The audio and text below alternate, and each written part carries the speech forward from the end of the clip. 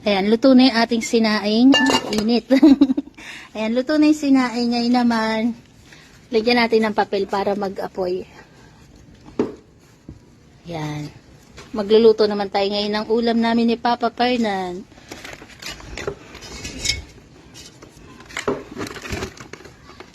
Ayan, magluluto po tayo ngayon.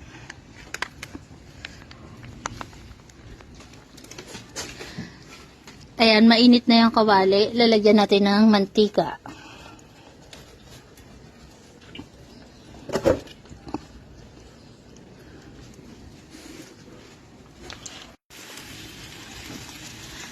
Ayan, mainit na po yung mantika. Nilagay ko na yung patatas.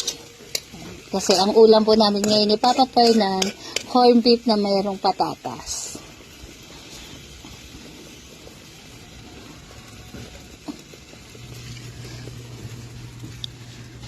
Busok. Ayan. Nung araw po, nung hindi pa kami nagbablog, sanay po talaga kami sa kahoy nagluluto. Kahoy lang po talaga kami nagluluto ni Papa Fernan nun. Dahil nga po nakapag-vlog kami, yun, nagkaroon kami ng kalan na digas.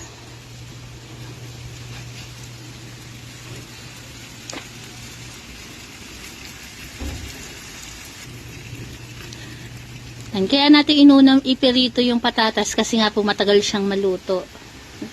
Kaya ayan, piniprito muna natin bago natin igisa yung corned beef.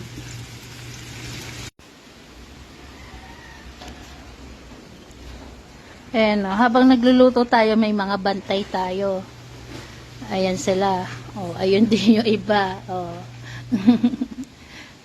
Ang naiwan lang yata doon sa loob si Mami Deep, si Barako, si Shelo, si Sorry. Ay, hindi. Ayun si Sorry, oh.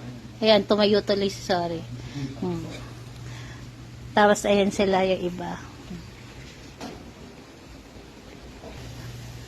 Tapos, ayan, model ng puno ng sili. Astig. Ayan ang model ng puno ng sili, si Astig.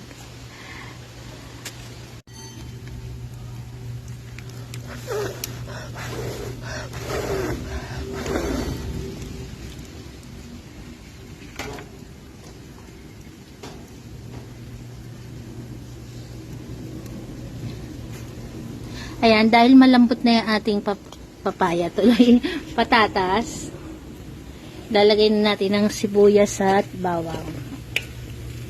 Malambot na siya eh.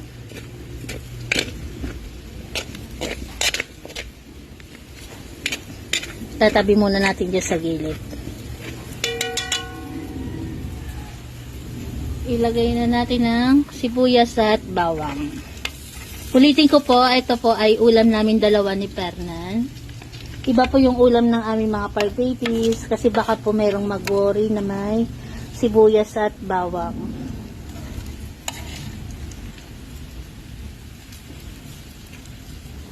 Para sa amin po ni Fernan tong ulam na to.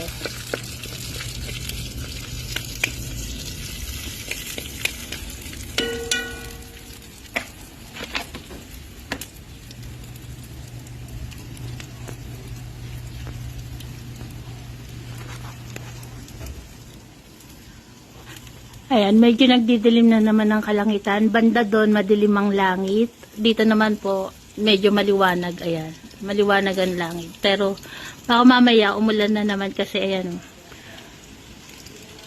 napapalitan ng dilim yung kalangitan. Doon maliwanag pa yun. Iba pa yung itsura ng langit dyan banda. Pero, dito sa part na to, makulimlim na.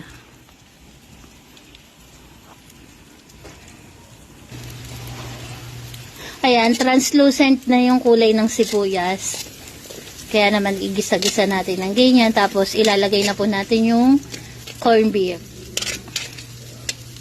Ayan, isasalin ko na yung corned beef. Ayan, nasalin na po natin.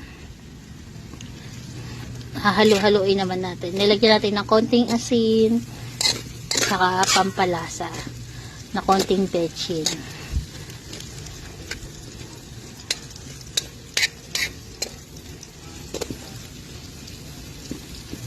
Yan, ulitin ko lang po, Etong niluluto ko na to para po sa amin ni Papa Fernan. Bukod po yung ulam ng aming mga par babies kasi baka may mag-worry po na may sibuyas yung niluluto ko. Mahina yung apoy. Hihipan muna natin.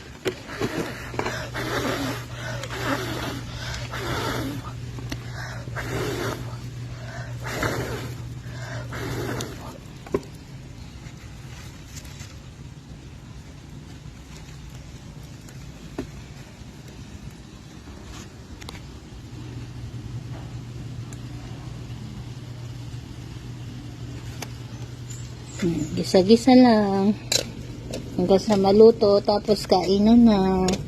Ganyan lang po kasimple yung aming ulam ni Papa Fernan.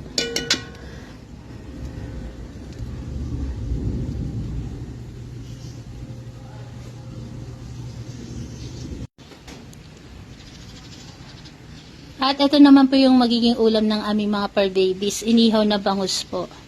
Ayan. Tapos, ayun yung sa amin ni Papa Fernan. Ito yung sa kanila.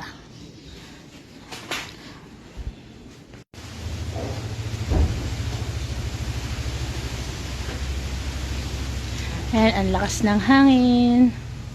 At luto na rin ang ating ulam. Kainan na, luto na yung ating ulam.